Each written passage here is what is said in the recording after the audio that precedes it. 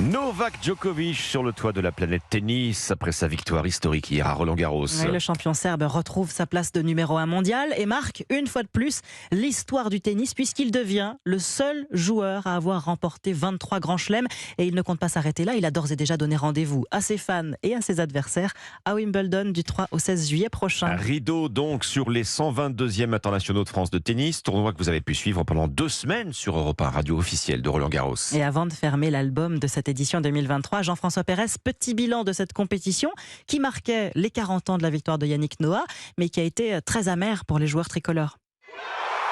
Et pourtant, tout avait bien commencé pour les Français. Au terme d'un 5e set d'anthologie, perclus de douleur, Gaël Monfils signe la remontada de l'année face à l'Argentin Baez. Le public exulte, Monfils lui-même n'en revient pas. Il y a eu des gens qui ont crié et je me suis dit allez, on y va encore, allez, on se fait mal encore, allez.